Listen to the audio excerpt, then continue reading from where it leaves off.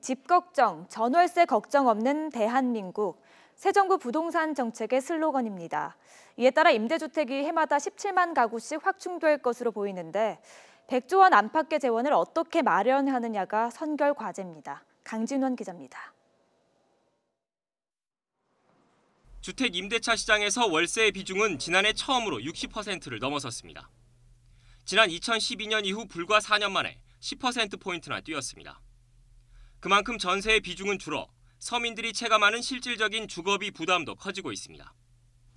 문재인 대통령은 이를 해결하기 위한 해법 가운데 하나로 공공임대주택 확충을 꼽았습니다. OECD 평균에도 못 미치는 공공임대주택 공급을 임기 말까지 재고율 9%에 도달하도록 하겠습니다. 공공기관이 직접 짓고 관리하는 장기 임대주택 13만 가구와 기금 등이 투입된 공공지원 임대주택 4만 가구 등 공적 임대주택을 매년 17만 가구씩 공급하겠다는 겁니다. 지난 정부의 올해 공공임대주택 공급 목표 12만 가구보다 5만 가구나 많습니다. 문제는 돈입니다.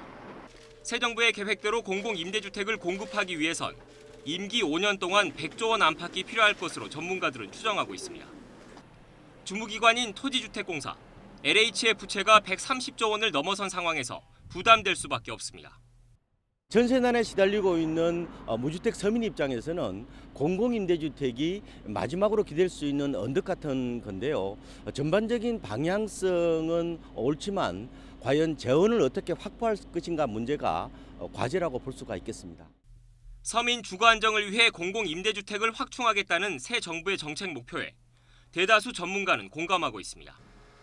하지만 이런 청사진이 실현되기 위해선 세금 인상을 통한 재정 확충이나 민간의 임대사업 참여 유도 등 사회적 논의를 통한 꼼꼼한 정책 설계가 필요하다는 지적이 나오고 있습니다.